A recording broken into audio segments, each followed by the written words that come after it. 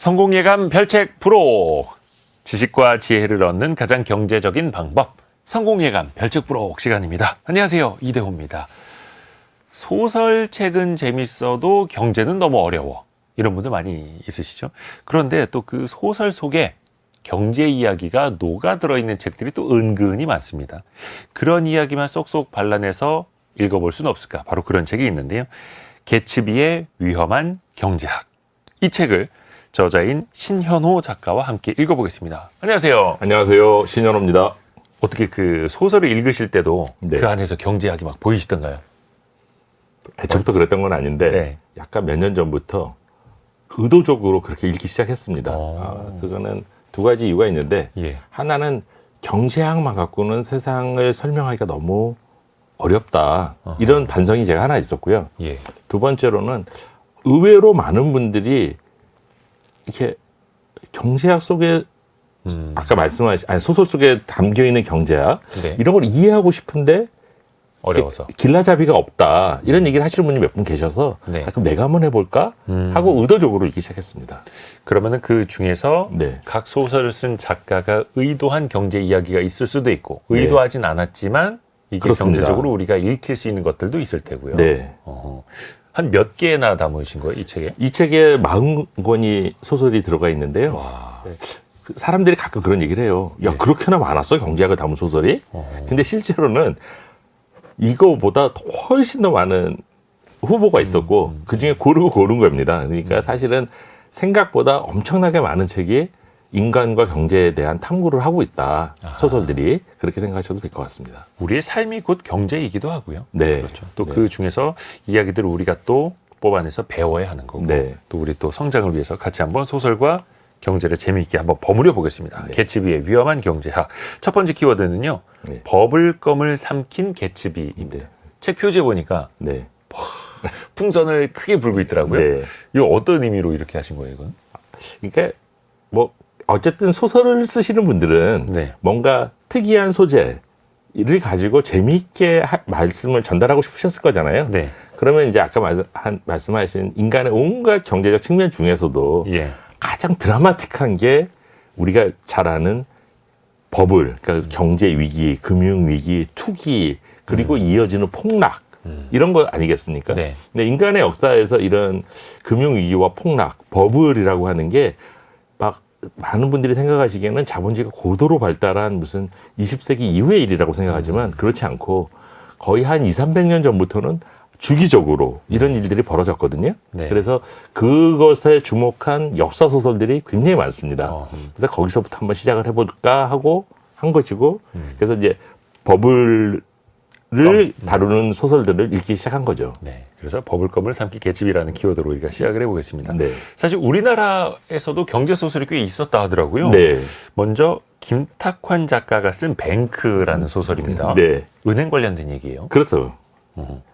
몇 년도로 거슬러 올라갑니까? 이게 무대는 1876년에 시작합니다. 예. 시작은. 그리고 1904년까지니까 19세기 말, 그러니까 조선 왕조 마지막부터 대한제국 그리고 일본으로부터 국권이 넘어가는 그 언저리의 시기를 다루고 있는 소설입니다.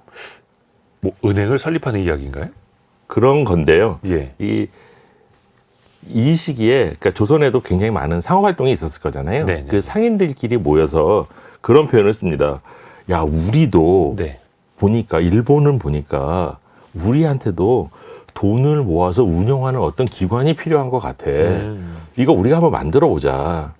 라고 하는 대목이 나오는데 재밌는 건 뭐냐면 제목과는 달리 처음에 그렇게 논의를 했던 네. 조선의 유력한 상인들이 은행이란 단어를 몰랐습니다. 그래서 은행을 만들자는 단어를 쓴 게 아니라 야, 우리도 돈을 좀 운용을 해가지고 경제가 흘러가게 해야 되지 않을까? 이런 걸 만들자라고 했던 시기입니다. 은행이라는 말조차 없을 때. 그렇습니다. 그러니까 적어도 이분들은 몰랐던 거죠. 이 상인들은. 네. 그래서 그게 이제 뱅크. 네, 이렇게 그렇습니다. 소설 제목도 그랬던 거네요. 네. 그러면은 그 책에 그러니까 1876년부터 1904년까지 네. 무대는 어디였습니까? 이게 지역은? 무대가 주요 무대는 인천인데 인천. 사실상 전국입니다. 아까 제가 3명의 유력한 상인들이 모였다라고 했잖아요. 네. 우리가 이제 조선사를 공부해 보면 아시겠지만 상업이 많이 발달한 곳이 몇 군데가 있었는데요. 네. 가장 대표적인 건 개성입니다. 개성. 개성에 장훈이라고 하는 인사무 중심으로 한 상인이 있었고, 그 다음에 한양에 네. 그 도읍지였습니다. 홍도깨비라고 하는 또 다른 별명인데요. 예. 상인이 있었습니다. 이 한강 유역에서 상업 활동을 하는. 그리고 인천에 서상진이라는 상인이 있었는데요. 여기 이제 소설 속 인물들. 그렇습니다. 예. 세 명 다 소설 속 인물들입니다. 네. 그러니까 한양, 개성, 인천의 상인들이 모였고 갈등을 일으키는 것은 일본과 한국이었고, 그래서 일본 얘기도 꽤 나오고 한국도 전역이 나오기 때문에 주 무대는 인천이지만 굳이 꼭 인천이라고 하지 않으셔도 될 정도의 전국적 범위를 갖는 소설입니다. 어떻게 그러면은 은행을 설립하는데 성공을 한 이야기인가요? 아쉽지만 김탁환 작가의 뱅크라는 예, 예. 소설? 설립은 하지만 사실상 실패한 그런 소설입니다. 제가 아까 이게 꼭 인천만이 아니라 그랬는데 예. 그 청계천 1가와 2가 사이에 보면 조그만 표지석이 하나 서 있습니다. 그 표지석이 대한천일은행 터라고 되어 있는데 네. 물론 그 옛날 은행은 없고 그거를 만드는 이야기입니다. 그래서 이 조선의 상인들하고 뭔가 계몽한 관료가 한 분 나와요. 네. 그 이 관료와 상인들이 힘을 합쳐서 일본의 핍박 속에서 은행을 만들기 위해서 고군분투하고 그래서 겨우 만드는데 일본의 엄청난 방해 때문에 만들자마자 사실상 와해되고 이게 참여했던 사람들은 다 몰락해가는 사실은 굉장히 슬픈 얘기입니다. 아, 좀 비극적이고요. 그렇습니다. 예. 그러면 그게 민간은행 혹은 중앙은행 어떤 개념으로 우리가 보는 그 거예요? 당시에는 사실상 민간은행, 중앙은행이라는 개념이 약간 불투명했었어요. 전 네. 세계적으로. 네. 그래서 은행이라고 하는 거를 만들고 아까 말씀드렸지만 이 왕실과 관료들까지 개입을 했기 때문에 예. 사실상 중앙은행의 역할을 부여하려고 했었습니다. 그러니까 여기서 중앙은행이라고 하는 거는 국고 수납을 독점하게 해준다든가 뭐 세금을 그 대한천일은행권으로 내게 한다든가 하는 그런 걸 하려고 했던 시도였죠. 뭐 사실상 당시에 먼저 은행이 만들어져서 국가로부터 특정한 권한을 위임받으면 그게 뭐 중앙은행이 될 수 그렇습니다. 있었던 네. 그런 시절이기도 하니까요. 네. 소설 속 네. 은행 이야기, 김탁환 작가의 뱅크 이야기도 담겨 있었고 이광수 작가의 재생이라는 책 이야기도 나옵니다. 네. 이거는 100년 전 쌀 선물 거래 이야기예요. 예, 예. 이게 이제 진짜 무대가 인천이거든요. 네. 이게 인천인데 인천에 당시에 인천 미두치인소라고 하는 시장이 하나 있었던 거예요. 이두 취인소. 예, 그러니까 이게- 쌀 사업할 수 있는 시장. 쌀 미자에 두는 콩두자입니다. 어. 쌀과 콩이고 취인이 거래예요. 네. 그래서 내가 사람들한테 인천에 미두취인소가 있었고 이게 쌀과 콩의 거래소다라고 하면 많은 분들이 머릿속에 떠올리시는 게 뭐냐 하면 아 그래? 가락동 농산물 시장 같은 거였던 거야? 라고 생각을 하세요. 대부분이. 아닙니다. 우리가 이제 전 세계적으로 마찬가지인데요. 우리가 이제 상품 이게 정확하게 영어로는 이제 커머더티라고 이제 보통 부르는 건데 네. 커머더티 거래소라고 하는 건 대부분이 현물은 거의 구경할 수 없는 네. 선물 거래소들이거든요. 대부분이. 네. 그래서 많은 분들의 예상과는 달리 우리가 1920년대 그러니까 지금부터 정확하게 100년 전에 조선에는 아주 세계적 수준의 선물 거래소가 있었습니다. 실제로요. 실제로 있었습니다. 이거는 실제로 있었고 그거를 너무나 전국적인 현상이 되니까 화제가 되니까 이광수뿐만 아니라 여러 명의 작가들이 아하. 이런 선물 거래에 대한 소설을 썼습니다. 아하. 그 중에 하나가 우리 이광수의 재생이란 작품입니다. 취인소가 지금 말로는 거래소라는 네, 그렇습니다. 뜻인 거고요. 그렇습니다. 물론 이제 소설 속 이야기이긴 합니다만 현실의 배경이 있었다라는 거. 예. 근데 당시에 예. 조선판 워런 버핏이 있었다고요? 아, 뭐 워렌 버핏이라고 해야 될지는 모르겠으나 네. 이 소설 속에 보면 남자 주인공의 이 스토리는 굉장히 러브 스토리도 있어요. 예. 그러니까 너무 짝사랑 아니고 사랑했던 여학생이 있었는데 네.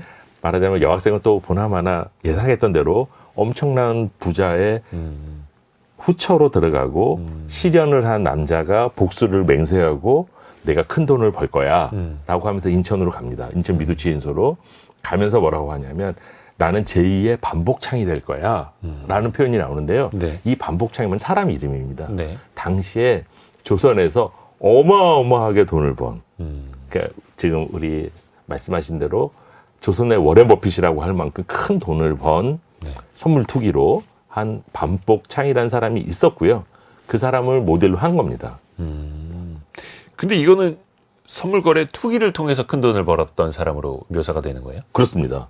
선물로 굉장히 큰 돈을 벌었고, 그러니까 이게 실제 인물이거든요. 반복창은. 아, 그 어느 정도로 큰 부자였냐면 당시 이제 인천에서 거래를 했잖아요. 예. 결혼을 서울에서 했어요. 서울에 지금 우리 플라자 호텔 자리에 있는 호텔에서 결혼을 했는데 인천에서부터 서울역까지 네. 하객들을 실어 나르는 전세 열차를 운행을 하고 서울역에서부터 지금 그 시청 앞에 있는 호텔까지 호텔 전체를 빌렸고 네. 승용차로 수십 대를 동원해 가지고 사람을 옮겼는데 그때 그 승용차 서울 전체에 200대도 채 안 됐다 그러거든요. 네. 근데 수십 대 승용차를 해서 했고 모든 신문에는 일면 톱이었고 그 와이프가 그러니까 아내가 되신 분도 네. 김호동이라고 하는 말하자면 당시로 말하면 절세 미인이라고 했던 그러니까 지금으로 말하면 스타 중에 스타였던 사람하고 결혼을 하는 그런 얘기입니다. 야, 그거는 이제 현실 그거 속 실제 이야기. 얘기입니다. 재미납니다. 또 네. 그런 바탕이 있으니까 이런 소설도 또 탄생이 된 거고. 네. 근데 사실 선물 거래라는 건 네.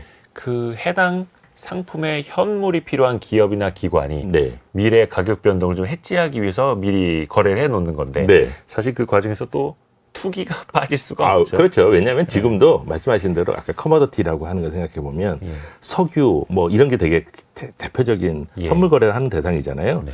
그럼 선물 거래를 석유라고 하면 정유회사, 유전업자 뭐 이런 사람들이 참여할 것 같지만 네. 그 오일에 관한 현재에 있어서도 선물 시장의 제일 큰 손들 그게 아니에요. 금융. 무슨 골드만삭스 뭐 같은 금융회사들이거든요. 네. 그러니까 이 당시에도 그랬던 거죠. 그러니까 사실은 선물이 이렇게 한국의 역사에서 크게 발달했음에도 불구하고 지금 오히려 덜 발달하기 약간 의아스러울 정도입니다, 저는. 아, 예전에 비했을 때요? 네, 왜냐하면 지금 한국에서는 이 커머더티 이 선물 시장이라고 하는 게 금이 하나가 있고요. 두 번째가 뭐가 있을 것 같으세요? 돈육도 돈을 있죠, 줍니다. 돼지. 예. 거의 그 정도밖에 없어요.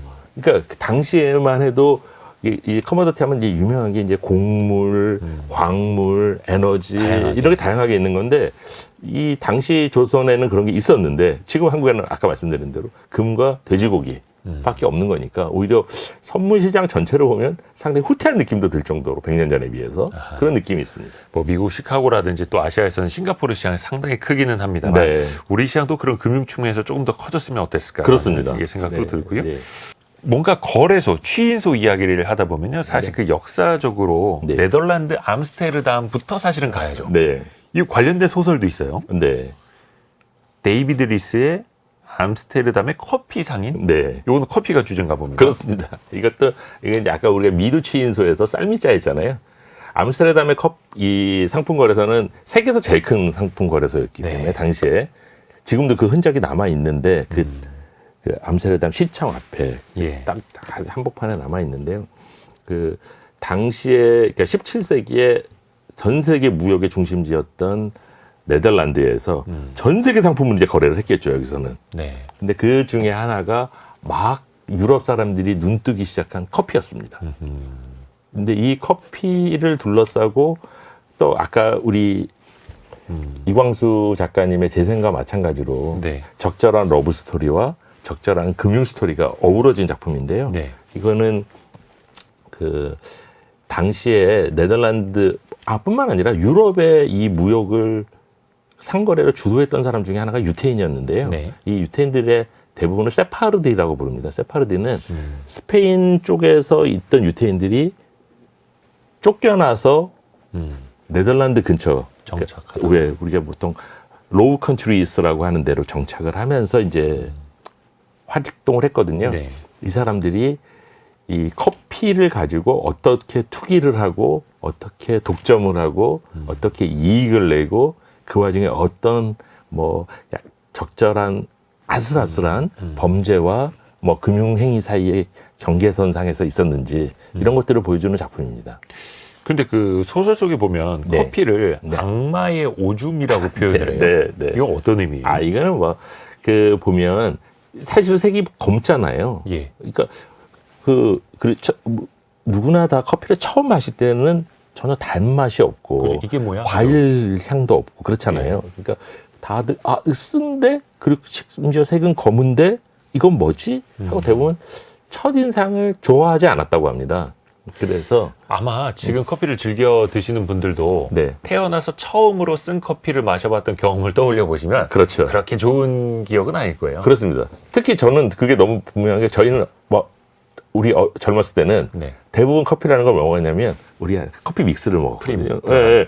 노랗고 달달한 걸 먹다가 네. 어느 날부터인가 유행한 게 무슨 원두커피라고 하는 게 유행을 하면서 까맣고 설탕을 타면 되게 촌스럽다 그러고 그래서 먹으면 이걸 왜 먹지? 이런 생각이 있었거든요. 저도. 예, 이른바 블랙커피라고 네, 하는. 그렇습니다. 근데 그 암스테르담의 커피 상인이라는 그 소설에서는 악마의 오줌이라고 표현이 된 거고요. 네. 이거는 뭔가 커피에 대한 좋지 않은 감정들을 표현했던 것 같은데, 근데 여기에서는 대표적인 상품 거래 수단으로 그렇습니다. 거래가 됐던 네, 거죠. 예. 이 소설 속에서 풋옵션도 등장을 합니까? 예, 이게 그냥 이 굉장히 전문적인 소설이에요, 이 소설은. 그냥 단순히 그 커피를 사서 이익을 남겨서 팔았다 이렇게 되면 너무 단순하잖아요. 단순하니까. 그 정도가 아니라 이 주인공들은 아까 말한 세파르드 유태인 상인과 그 상인을 좋아한 다른 이제 돈이 많은 여성과 네. 결탁을 해가지고 일단 커피가 곧 뜨겠구나 하고 커피를 대량으로 수입을 해요. 네. 그리고 수입했다는 사실을 감춥니다. 그리고 뭘 하느냐면 풋옵션이라고 하는 게 있잖아요. 예. 풋옵션이란 일정한 가격으로 팔 수 있는 권리지 않습니까? 팔 수 있는 권리죠. 그렇죠. 이 풋옵션을 대규모로 매입을 해요. 그러면 팔 수 있는 권리이기 때문에 가격이 낮아져야 이익이거든요. 네네네. 그렇잖아요. 예. 나는 높은 가격에 내가 팔고 실제 100달러에 팔 수 싸지고. 있는 권리를 갖고 있는데 네. 실제 가격이 20달러면 20달러에 사서 100달러에 팔 권리가 있으니까 80달러 이익을 얻는 거지 예, 않습니까? 예. 가격이 낮아질수록 좋은 거죠. 풋옵션이라고 하는 건. 그래서 풋옵션을 대량으로 사들이고 그리고 소문을 냅니다. 커피값이 폭락할 거야. 그래서 실제로 커피값에 소문을 내고 폭락을 해요. 그리고 이 사람들이 어느 정도냐면 이 전 세계적인 네트워크가 있어서 예. 함부르크와 파리와 런던에 있는 자기 동맹들한테 커피값이 폭락한 다음에 대규모로 다시 사들이게 합니다. 그리고 이미 자기는 대량으로 수입해 놓은 게 있잖아요. 예. 커피값은 폭락을 했고 풋옵션으로 큰 돈을 벌었고 근데 폭락한 다음에 갑자기 자기들이 갖고 있으니까 근데 실제로 폭락할 이유는 없었거든요. 소문으로 폭락을 시킨 거니까. 시장에서 다 사들여서 독점이 됐으니까 커피는 없고 다시 커피 가격은 오르겠죠. 예. 그 다음에 자기들이 갖고 있는 커피를 풀어서 돈을 버는. 그러니까 옵션으로 한번 벌고 현물로 한번 벌고 이런 요즘 같은 게 다 불법입니다. 그럼요. 지금 이제 시세 조정이라고 해서 참 불공정 시세 조정인데 예. 당시에는 주식도 그렇고 선물도 그렇고 시장에 대한 규율이 거의 없었어요. 그렇죠. 예. 감시 사각지대가 너무나 컸던 시절. 감시의 주체도 없었고 그리고 또 심지어. 이거는 소설 속 이야기. 네. 소설 속에서 이걸로 또 재미나게 풀고 있다라는 거고. 네. 사실 그 네덜란드가 1608년에 세계 최초의 증권 거래소가 네. 탄생한 곳이고 그 네. 이전에 동인도 회사라는 게 있어서 네. 또 주식회사 형태도 네. 먼저 이제 발생이 됐던 네. 금융의 태생지 같은 곳이기도 합니다. 네, 그렇습니다. 근데 한번 가보시면 약간 제가 암스테르담 엄청 좋아하는데 아무튼 여러 번 가봤는데 가면 금융 사이트만 돌아다니는 투어도 있어요.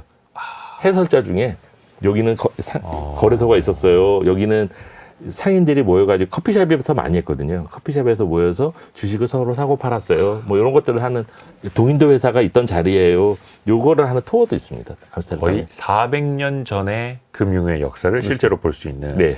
근데 그 금융 거래의 발상지이기도 한데 네. 동시에 버블이 탄생한 지역이기도 합니다. 네. 그렇죠. 역사적인 버블을 또 빼놓을 수가 없죠. 네. 그 관련된 소설도 있나 봐요. 네. 이거는 사실은 이제 소설보다 국내에서는 영화로 더 많이 알려져 있습니다.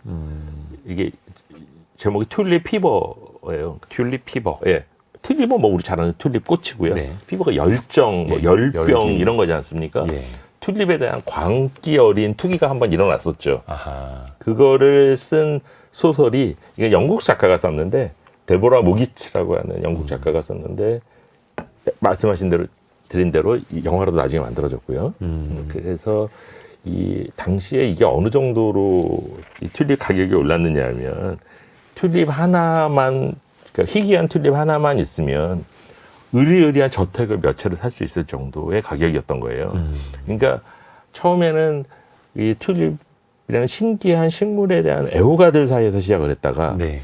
돈이 많은 사람들에게 확대가 됐다가 마지막에는 민중에게도 확대가 되고 소설과 영화에 보면 어떤 대목이 나오냐면 심지어 마지막에는 종교인들까지도 이 툭에 뛰어들 정도로 모든 사람들이 다 광기 어린 행동을 벌였던 그런 현장입니다.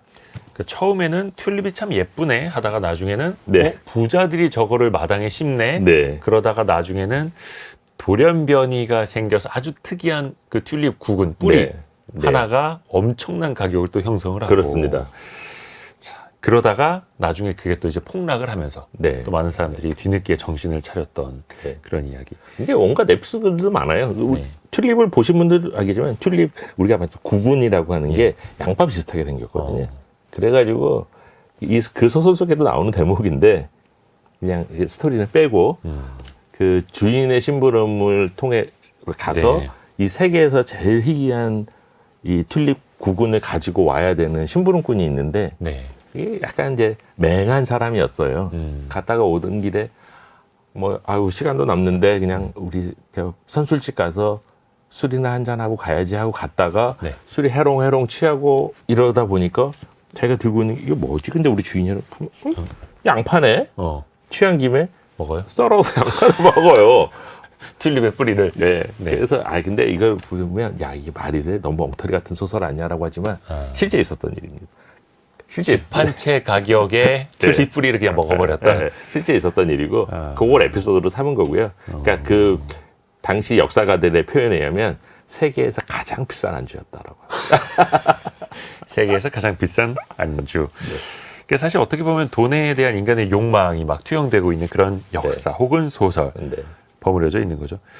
조선시대도 빠지지 않는다 하더라고요. 네, 그렇습니다. 금에 대한 네, 소설이 있습니다. 채만식 작가의 금의 정렬. 네. 이거는 뭐 튤립 피버나 비슷한 거네요. 조금 다르죠. 요거는 그러니까 그 정렬, 그 피버라는 뜻이. 그렇습니다, 그렇습니다, 네. 그렇습니다. 네. 내용은 어떻습니까? 이것도 그러니까 이 많은 경제 소설들이 갖고 있는 특징이 뭐냐면요. 네. 작가의 순수한 공상, 순수한 상상의 산물들이 보통 아니에요. 많은 것들이 역사적으로 실제 있었던 인물, 혹은 역사상 실제 있었던 사건을 모티브로 하는 경우가 많은데요. 네네네. 실제로 이것도 저는 우리가 역사 고작 100년밖에 안 됐는데 많은 분들이 잊어버리고 있는 건데 우리가 캘리포니아 골드러시는 잘 압니다. 네. 뭐 미국 전역에서 캘리포니아로 다 몰려갔고 네. 뭐 했고 뭐 이런 나오잖아요. 네.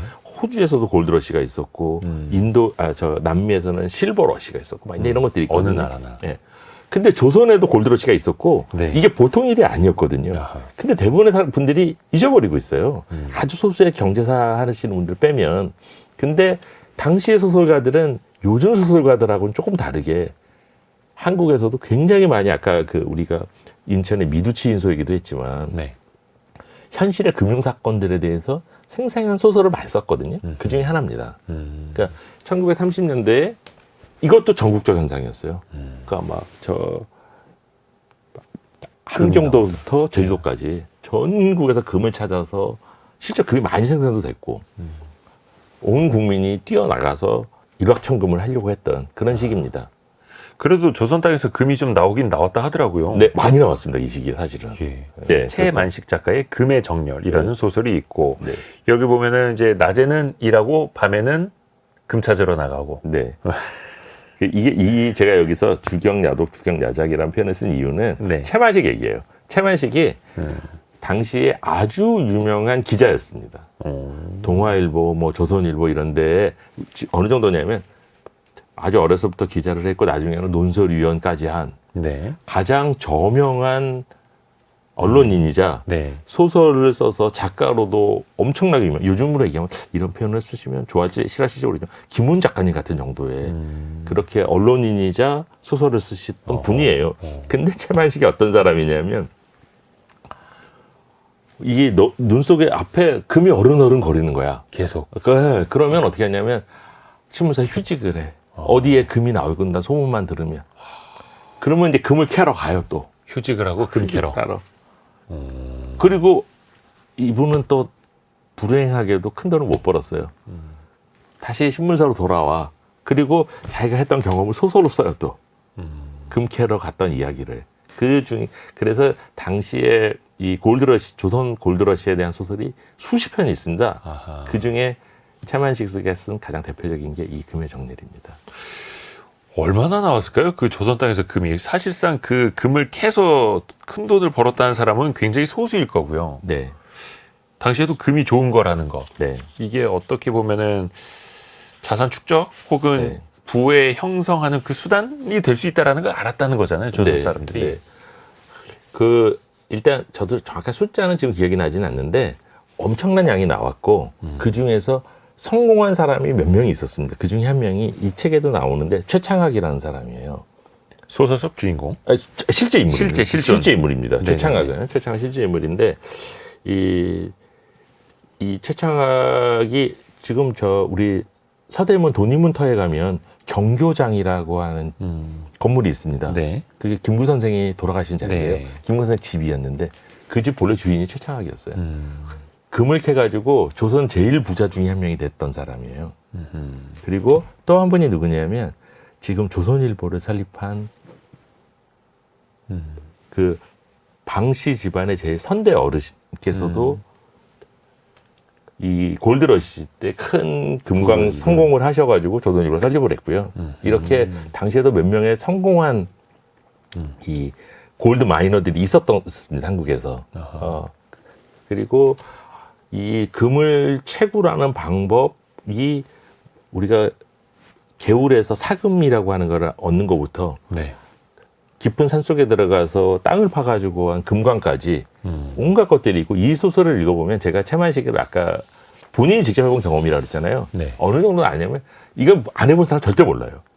온갖 장비와 기계의 이름과 뭐 작동 메커니즘과 이거에 대한 생생한 묘사들이 나옵니다.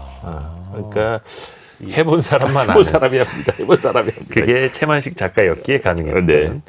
저희는 지금은 개츠비의 위험한 경제학 신현호 작가와 함께 소설 속의 경제 이야기 들어가 보고 있고요. 네. 근데 사실 그 골드러시 빼놓을 수 없는 게 샌프란시스코 이야기잖아요. 네, 아까 말씀드렸죠. 근데 그 샌프란시스코의 골드러시를 주제로 한 뭐 영화 소설은 굉장히 많죠. 많죠.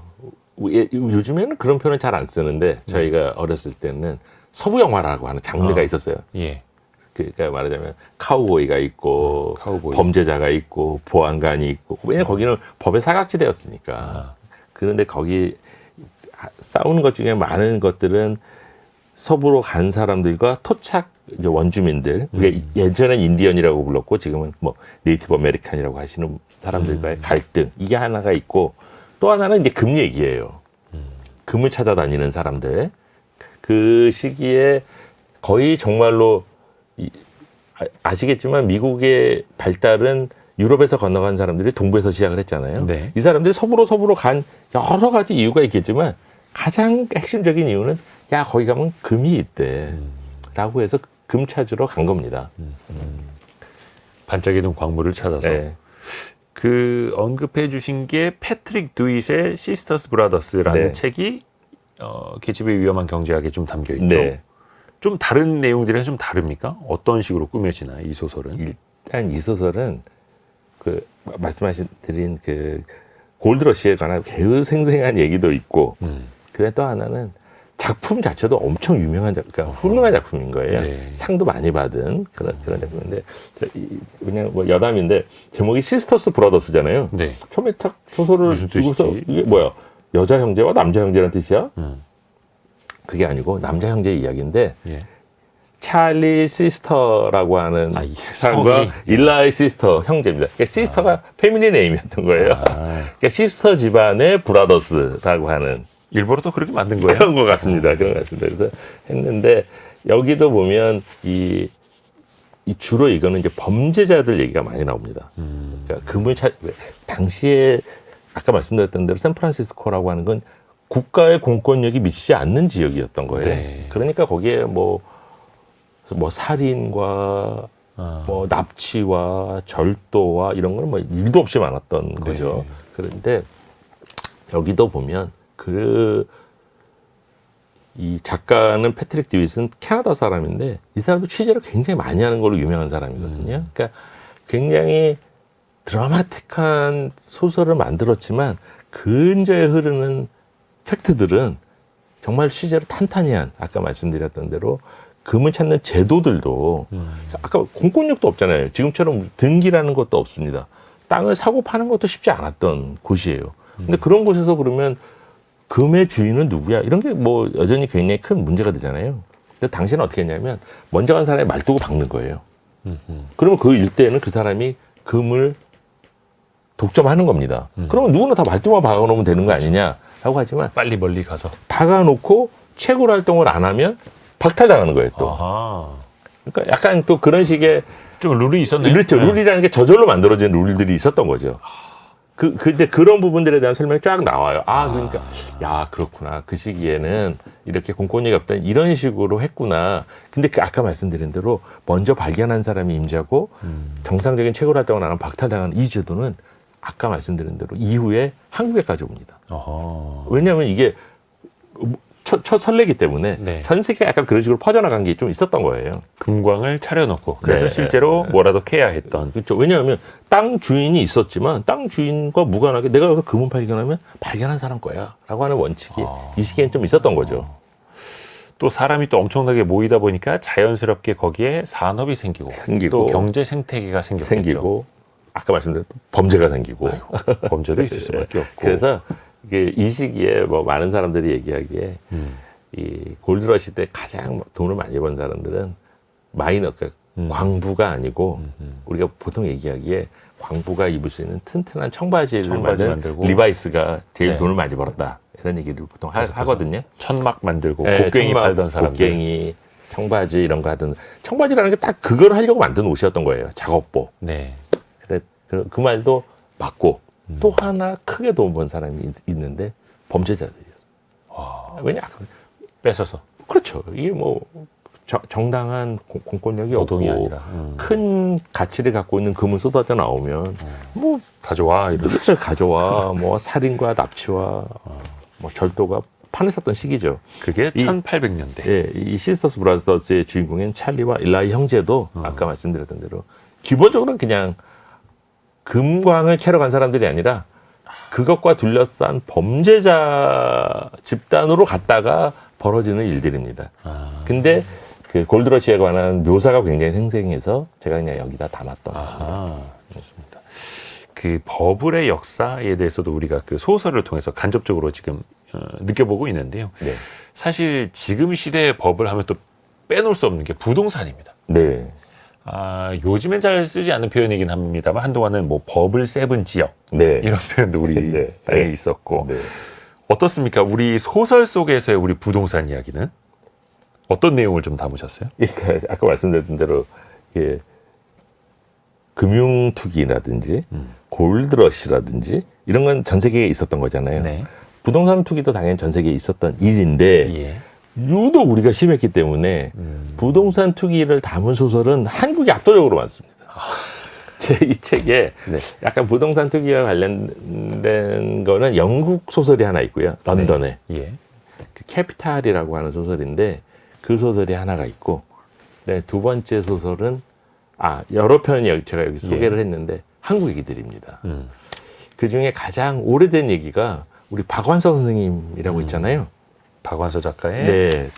몇 해 전에 낙토의 아이들. 네, 돌아가셔서 조금 그렇긴 한데 낙토의 아이들이라는 게 지금 우리가 말하는 강남 개발 초기 단계 그 70년대, 60년대 말 70년대 초반, 네. 70년대 초반에 극성을 부렸던 강남 부동산 열기. 여기서 말하는 낙토는 어떤 뜻이에요? 이게 그냥 그 가상의 지명입니다.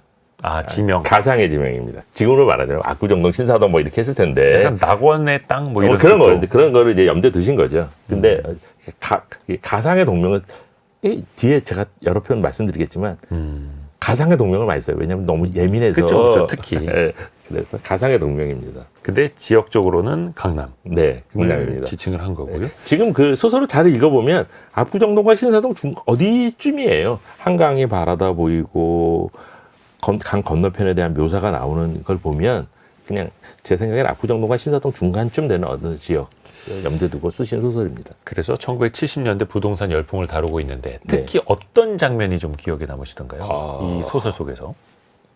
지금이 2020년대니까 50년 전이잖아요. 예.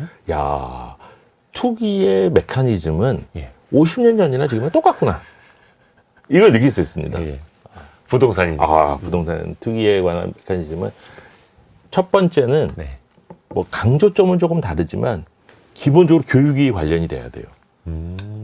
그때 당시에 강남 투기를 일으킨 그 중앙정부가 강남 개발을 하려고 했는데 강남이 안 떴거든요. 사람들이 처음에 막 가기 싫어했다 가기 하더라고요. 싫어했죠. 예. 저는 기억이 약간 나요. 약간 굉장히 낙후된 지역이었기 때문에 거기 뭐 농사짓고 맞습니다, 물넘치고 맞습니다. 이런데 우리가 왜 가야 되느냐, 왜 강남으로 가라고 하느냐, 막 그때 이렇게. 그거를 가게 한 제일 큰 동력이 뭐였냐면 소위 명문 학교를 굴리게 강제로 이주시켜 버리면서 사람들이 관심을 갖기 시작한 거였거든요. 그리고 눈치 빠른 사람들이 정부가 이렇게 세게 밀어주면 곧 여기가 좋은 주거지가 되겠는데 그럼 가격이 오르겠는데 이런 거거든요. 그래서 제가 조금 있다가 제가 2020년대에 부동산 투기에 관한 얘기도 담고 있는 소설도 말씀을 드릴 텐데 기본 학교 얘기가 반드시 들어갑니다. 여기도 학교 얘기가 있고요. 그 다음에 정보를 빼돌리는 게 굉장히 중요하죠. 어디가 개발될 것 같아 라고 하는 거를 빼돌리기 위한 갖은 노력들이 일어납니다. 70년대나 지금이나. 최근이나. 그렇습니다. 그리고 그거를 말하자면 주도하는 사람들의 커뮤니티가 또 있는 거예요. 그게 이제 지금하고 그때하고 조금 다른 건데 그 당시에 70년대에는 지금은 그게 다 사실은 굉장히 성평균적 관점을 갖고 있는 단어긴 한데 복부인이라는 단어가 유행을 했었죠. 뉴스에도 많이 나왔어요. 많이 나왔었죠. 그렇습니다. 그래서 이런 것들을 쓰셨는데 박완서 작가님이 굉장히 짧은 작품이거든요. 이 닥터의 아이디라는 게 굉장히 짧은 작품인데도 보면 아까 말씀드린 그렇게 좋은 땅을 알아보는 눈과 정보에 빠른 복부인 여자분 그리고 그 번 돈을 가지고 아이들을 교육에 몰빵하는 모습 그 다음에 이 복부인 아주머니 뒤에서 정보를 가져다 주고 거래를 일으키고 돌아다니는 신흥 부동산 개발업자 그러니까 복덕방이죠. 복덕방. 근데도 이미 70년대만 해도 매우 놀란 게 뭐냐면 단순한 복덕방이 아니라 이 정보가 중요하니까 거래에 능통하고 정보를 잘 빼달리고 박사학위를 갖고 있고 이런 사람이 복덕방을 했어요. 그 시기에도. 그리고 또 한편에 나오는 재밌는 거는 와이프가 이렇게 큰 돈을 버는 거에 대해서 부동산 투기로 이렇게 투덜대고 나무라는 남편. 근데 그 남편도 사실은 자기가 버는 것보다 훨씬 더 많은 돈을 와이프가 보고 있으니까 별로 목소리를 못 내고 이런 걸 담고 있는 작품입니다. 70년대 이야기를 또 생생하게 담고 있는. 하나만 말씀드리면 네. 단어니까 요즘에는 부동산 유튜브를 보면 부동산 하는 사람들이 현장을 막 방문하잖아요. 임장한다. 그걸 임장한다 그러잖아요. 네. 당시에 답사라 그랬더라고요. 답사 간다라는 표현을 썼더라고요. 그래서 재밌는 게 이 남편의 직업이 그 고고학 강사예요. 너무 자존심 상하는 거예요. 이게 무슨 답사야. 니네가 하는 게. 고고학자가 봤을 때는. 근데 이 시기에는 임장이라는 단어 대신 이것도 집 보러 다녀, 땅 보러 다녀 이런 말 하기가 뭐 하잖아. 그러니까 이제 답사 다녀 이렇게. 사실 우리 사회에서도 이거 임장이라는 말이 알려진 게 한 4, 5년밖에 안 되잖아요. 그렇습니다. 대중적으로는. 네. 최신작도 있네요. 네. 역시 그 부동산 투기 버블을 다루는 소설이 최신작에서도 빠질 수가 없습니다. 네, 그렇습니다. 심윤경, 네. 심윤경 작가의 위대한 그의 네. 빛이라는 제목이네요. 네. 하나만 더 말씀드리고 갈게요. 네. 요 말고 요 작품 말고 예. 서영동 사람들이라는 소설도 있는데요. 서영동 사람. 여기도 서영동도 가상의 지명입니다. 서영동도 네. 예. 가상의 지명이에요. 여기는 제가 보니까 지금으로 말하면 구로 영등포 언저리에 있는 어느 가상의 동이에요. 네. 이거는 현대판 부동산 투기예요. 그리고 강남이 아니잖아요. 네. 근데도 이미 아시겠지만 부동산 투기가 불이 한번 붙었다 그러면 뭐 강남, 마용성, 도노강, 전국 이렇게 수도권 전체가 불타오르지 않습니까? 예. 근데 서영동 사람들도 그런데 앞에 박한서 씨 작품하고 거의 비슷한 그 대목들이 나오죠. 네. 그러니까 뭐 정보가 중요하고 사람들이 네트워크를 일으켜서 집값을 올리려고 노력하고 학교와 연계하고 뭐 이런 게 다 나오는데 네. 약간 재밌는 게 뭐냐면 현대 쪽으로 넘어오면 주역들이 남성으로 살짝 바뀝니다. 오히려 그 단톡방에서 막 말 많이 하고 밴드에서 글 쓰고 하는 게 박완서 시절에는 복부인이라고 불렸던 여자분들이었다면 현대로 오면 대부분 그런 활동을 적극적으로 남자분들이더라고요. 소설 속에서는. 아, 이것도 지금 뭔가 이렇게 또 약간 바뀌는 어떤 것이 있나. 뭐 그런 생각이 약간 들고. 근데 이 뭐 서영동 사람들도 잠실동 사람들이라는 소설도 있어요. 다 마찬가지인데 다 모두가 다 보면 학원과 학교 얘기가 반드시 들어가 있습니다. 그러니까 역시 비슷하네요. 부동산의 중요한 핵심 중에 하나는 교육이구나. 그런 걸 알 수 있습니다. 그렇죠. 네. 아, 그리고 지금 말씀하신 이 심윤경 씨의 위대한 그의 빛.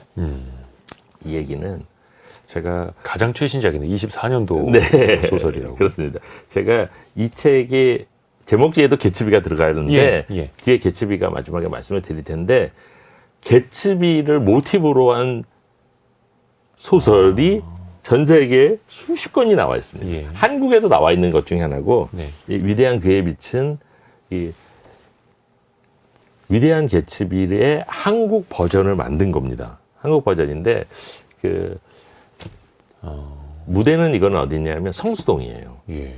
성수동에 보면 왜 엄청나게 고가의 한강변에 있는 주상복합들이 있지 않습니까? 예. 막 100억씩 하는 거기에 사는 성공한 벤처 사업가가 한강 건너 압구정동에 살고 있는 자기의 첫사랑, 이미 다른 남자와 결혼해서 살고 있는 그 스토리를 담은 건데 이거는 부동산 투기에 관한 얘기라기보다는 뭐냐면 압구정동에 살고 있는 사람들이 이 소설 속에서는 올드머니를 대표하는 사람들이고 네. 성수동의 그 주상복합에 살고 있는 사람들이 보면 뭐 벤처 사업가, 성공한 연예인 뭐 이런 거잖아요. 그 뉴머니를 상징하는 사람들이에요. 아하. 그래서 본래 우리 이 위대한 개츠비가 올드머니와 뉴머니의 대립이라고 하는 게 한 중요한 모티브 중에 하나인데 네. 그걸 한국에 가져와서 그린 작품입니다. 아하. 소설 속에서 그걸 또 모티브로 하고 있는데 그렇습니다. 또 소설 속에서는 그 지명이 실명으로 나오나 봐요. 우리 소설에서 요 그 위대한 그의 빛이라는 소설에서. 근데 여기도 재밌는 거는 네. 정확한 지명은 여기도 약간 애매하게. 애매해요. 일부러. 왜냐면 압구정동 뭐 현대 아파트 뭐 등등등등 이런 표현들을 써야 되는데 압구정 아파트, 현대 아파트 이런 표현을 써야 되는데 H 아파트 이렇게 나와요. 이게 또 이게 예민할 수 있으니까. 예민해서. 그렇죠. 예민해서. 그리고 이 그 성수동의 큰 그 주상복합도 아마 그 공식적인 명칭이 뭐 T로 시작하는 게 하나 있거든요. 근데 거기도 또 이렇게 소설책을 읽으면 소설은 또 다 유추가 되는. 다 유치됩니다. 소설은 T타워 이렇게 부릅니다. 그냥 이렇게 해서. 이게 또 상징이라는 거죠. 예, 네, 그것도 그렇습니다. 이제 소설 속에서 그렇게 또 표현을 하고 있고 우리는 또 그거를 또 유추할 수 있는데 이게 네. 또 거부할 수 없는 현실이기도 하고요. 네. 근데 오늘 저희가 신윤호 작가님과 함께 이걸 이제 하나의 패키지로 쌓아서 읽는 네. 책이 개츠비의 위험한 경제학이고 네.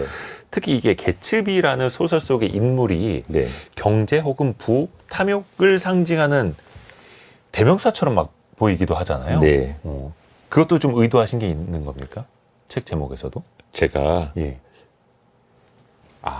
그 나중에 네. 이런 책을 좀 자료를 조사해서 책을 하나 써야 되겠다라고 했을 때 머릿속에 딱 들어오는 몇 권의 소설 중에 가장 대표적인 게 개츠비였던 거예요. 위대한 개츠비였던 거예요. 위대한 개츠비는 이 자체는 아까 저희가 말씀드렸던 소설을 전문적으로 다루는 장르 소설은 아닙니다. 그냥 가장 대표적인 당시의 문예 소설 중에 하나죠. 그냥 무슨 우리가 보통 무슨 경제 소설, 금융 소설 이런 게 구분이 되지는 않는 작품이에요. 네. 그런데도 불구하고 두 가지 특징이 있는데 하나는 너무나 오랫동안 많은 사람들의 사랑을 받았다. 지금 아마 미국에서 출간된 현대 소설 중에서 가장 많이 팔린 책 중에 하나일 거예요, 아마. 그 위대한 개츠비라는 책이 그러니까 올해 출간 100주년이라고 네. 하는데 아니 네. 왜 그렇게 인기가 많고 왜 이렇게 많은 사랑을 받을 수 있다고 보세요? 좀 해석을 좀 해주신다면. 그거는 뭐 그 문학적 가치는 뭐 사실 제가 논의하기는 조금 어려운 영역인데 그거는 이제 뭐 문학하시는 분들이 네. 그 문학적 가치에 대해서 많이 말씀을 하실 거예요. 일단 이거 너무너무 재밌어요. 너무너무 재미있고 생생하고 그러니까 우리가 보통 아는 모든 사랑, 그러니까 사랑, 배신, 질투, 뭐 약간의 복수, 시기심, 뭐 이런 게 너무나 생생하게 묘사되어 있어서 아마 문학하시는 분들은 높게 평가를 하시는 것 같고요. 아하. 근데 저는 이제 그거보다는 이 이코노미스트 관점에서 이게 담고 있는 또 경제학적 컨텐츠도 만만치 않아요. 뭐냐면 무대가 1920년대거든요. 100년 딱 됐으니까. 네. 1920년대는 미국에서 여러 가지 이름으로 부릅니다. 포효하는 20년대, 그러니까 로링 트웬티스라고도 부르고, 네. 재즈 시대라고도 부르고, 그러니까 말하자면 미국의 흥청망청의 극한까지 한번 갔던 시대예요. 네. 이 이후에 주식시장이 붕괴하면서 대공황으로 빠져드는데 30년대, 20년대는 모든 사람들이 낙관에 빠지고 모두, 그러니까 금융시장도 치솟고 모두가 행복하고 과거에 볼 수 없었던 새로운 예술이 등장하고 뭐 이랬던 시기거든요. 그래서 이 시기는 경제학자의 눈으로도 엄청 흥미로운데 아까 말씀드렸던 대로 일단 이 로링 20년대에 전체적인 경제의 붐이 하나가 있고 두 번째로는 나중에 우리가 한 번 더 말씀드리겠지만 유감스럽게도 고도 성장과 함께 불평등이 극한까지 갔던 시기 중에 하나입니다. 이 시기가. 불평등이 네. 극에 달했던. 극에 달했던 시기고 그다음에 세 번째로는 또 약간 흥미로운 것 중에 하나가 이 경제사 하시는 분들 중에는 금주법 시대라는 게 미국에 있습니다. 금주. 예, 그렇습니다. 술 생산과 유통을 금지시켜 버렸던 시대가 있었던 거예요. 그래서 이 금주법 시대를 배경으로 하고 있기 때문에 근데 이 금주법 시대라는 게 미국 경제에 엄청난 영향을 미쳤어요. 네. 그래서 이런 것들이 다 잘 묘사가 되고 있어서 아 이거는 내가 한번 써야 되겠다라고 생각했고 책 제목을 쓸 때도 그래 그냥 가장 내가 끌렸던 책이니까 그냥 이 책의 제목을 가져다 쓰자 이렇게 했습니다. 그 위대한 개츠비의 작가가 스콜 피츠제럴드라고 네. 하는 사람인데 네, 이게 완전히 그냥 다 허구의 이야기인지 네, 작가의 경험담이란 이야기도 좀 있고요. 네. 좀 어떻게 해석을 해보면 좋을까요? 이 작가가 이 글을 썼던 어떤 배경 혹은 본인의 경험? 경험담이 많이 들어가 있어요. 왜냐하면 스콧 피츠제럴드가 굉장히 잘생기고 20대 초반에 예일대에서 엄청나게 문제를 날렸던 그 청년이었고 여자를 좋아했고 근데 여러 번 실패를 해요. 실패한 이유 중에 하나가 이 사람이 좋아했던 게 다 말하자면 우리식으로 얘기하면 재벌집 딸들을 좋아했던 거예요. 작가 스스로가. 스스로가. 근데 여자들은 피츠제럴드한테 끌렸고 재능이 있고 글 잘 쓰고 그러니까 끌렸는데 말하자면 여자의 아버지들이 야 우리 같은 사람은 너희들하고 어울리는 사람들이 아니야. 재벌집이니까. 그 사람이 보기에는 그냥 피츠제럴드 정도의 명문대에 나와가지고 뭐 글 쓴다고 유명세 날리는 거 정도는 아니, 이거는 니네는 그냥 중산층이야. 우리하고 놀 사람이 아니야라고 해서 첫사랑이 실패해요. 그리고 두 번째 사랑도 거의 실패 직전까지 갑니다. 약혼에다 파혼당해요. 근데 다시 그녀가 결혼은 해요. 그 이유는 뭐냐면 바로 이 책 위대한 개츠비를 써서 떼돈을 벌거든. 인세로. 그러니까 위대한 개츠비가 피츠제럴드를 재벌로 만들어줬네요. 뭐 재벌까지는 아니지만 그래서 파혼을 했다가 예. 다시 결혼으로 이어지는. 굉장히 세속적인 내용이 세속적이죠. 또 그 바탕에 또 있을 수밖에 없었던. 이 소설 속에 등장하는 주인공들의 얘기도 그런 얘기들입니다. 그렇죠. 굉장히 젊고 재능이 있는 아름다운 여인과 그러니까 가난한 집 출신의 성공한 사업가와 그것도 그 성공에 이르는 길에 이르렀던 불법적인 거래와 막 이런 것들이 많이 나옵니다. 그래서 위대한 개츠비를 사실은 빼놓고 않고 이야기할 수는 없는 네. 이 모든 인간의 탐욕도 다 담겨 있는데 사실 또 그게 경제 이야기이기도 하고 네. 어떻게 보면 그 백만장자입니까 억만장자입니까의 그 파티 이야기가 네. 또 모든 걸 또 네. 보여주는 그 네. 장면이기도 한 거고요. 영화도 이게 3번인가 4번인가 나왔는데요. 다 엄청난 그 유명한 배우들이 나왔어요. 그렇죠. 네, 그러니까 이거는 뭐 미국 사람들한테는 이 소설은 뭐라 그럴까? 그냥 미국을 상징하는 소설로 생각하는 것 같아요. 미국 사람들한테는.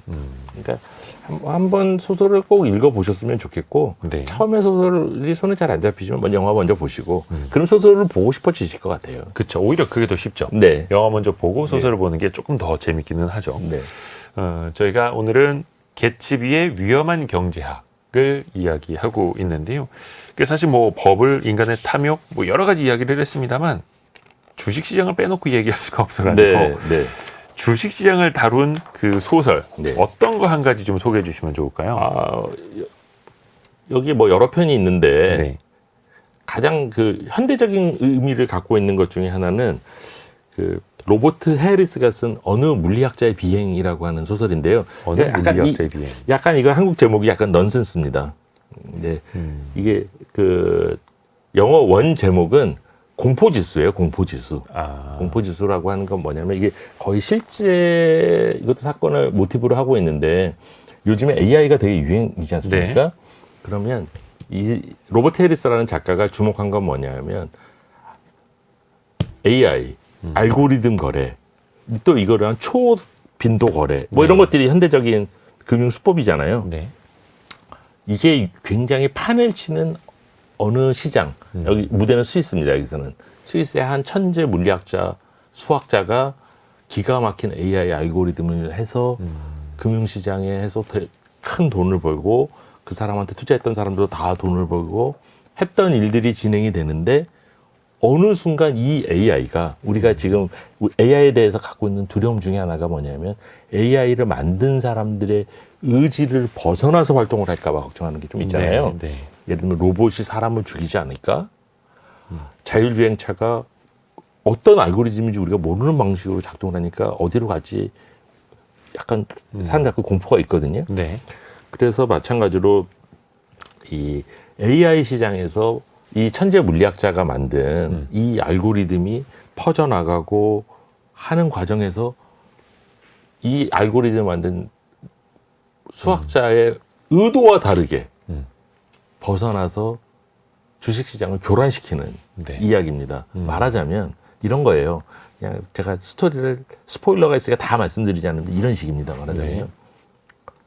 어느 항공사 주식을 숏을 걸어. 그러니까 우리 공매도를 막 해. 네. 그러면 항공사 가격이 떨어질 거라고 생각한 거잖아요. 네. 근데 왜 그 숏을 거는지는 이 회사도 몰라. 근데 이 알고리즘 막 숏을 되게 많이 걸어. 근데 실제로 조금 있다가 그 항공사의 비행기가 떨어져. 소설 속에서요. 소설 속에서. 예. 그리고 당연히 주가는 폭락하고 숏을 했으니까 돈은 크게 벌고. 두 가지 중에 하나인 거예요. 다른 사람들이 포착해낸 아주 미세한 정보를 통해 가지고 이 알고리즘은 항공기 사고가 날 거를 예측을 했을 수 있지 않습니까? 네. 네. 이게 하나의 방법이고 더 무서운 거는 돈을 벌기 위해서 항공기 관제 시스템을 교란시켜서 떨어뜨릴 수도 있는 거죠. 그러니까 이 두 가지 가능성이 다 있는 거예요, 사실은. 그러니까 이런 것에 대한 걸 그린 작품이고 사실은 많은 분들이 기억은 잘 못하지만 몇 년 전에 미국 시장에서 플래시 크래시라고 해서 10분 동안 주가가 폭락했다가 올라온 적이 한 번 있어요. 그러니까 어떤 이유가 있었던 건 아니고. 그러니까 이유가 뭐 공식적으로 SEC에서 조사해서 밝힌 이유는 있습니다. 뭐 영국의 어떤 투자자가 뭔가를 해서 초빈도 거래를 해서 그게 퍼져서 이렇게 됐다라고 하지만 아무도 그걸 안 믿어요. 실제로 안 믿는데 그러면 SEC가 뭘 감추고 있느냐? 그게 아니고 실제로 모르는 것 같아요. 그러니까 컴퓨터 알고리즘이 네. 저게 저렇게 해서 투매를 하니 이쪽에서도 투매를 그렇습니다. 하고 막 그게 쌓이면서 아주 단기간에 주가가 폭락을 해버렸던. 그죠. 그게 불과 다 하루 내에 일어났던 일이거든요. 네. 그러니까 이런 일은 뭐 설명도 안 되는 일이 한번 벌어졌던 적이 있어서 그래서 플래시 크래시가 빛처럼 뭔가 무너졌던. 그렇습니다. 네네.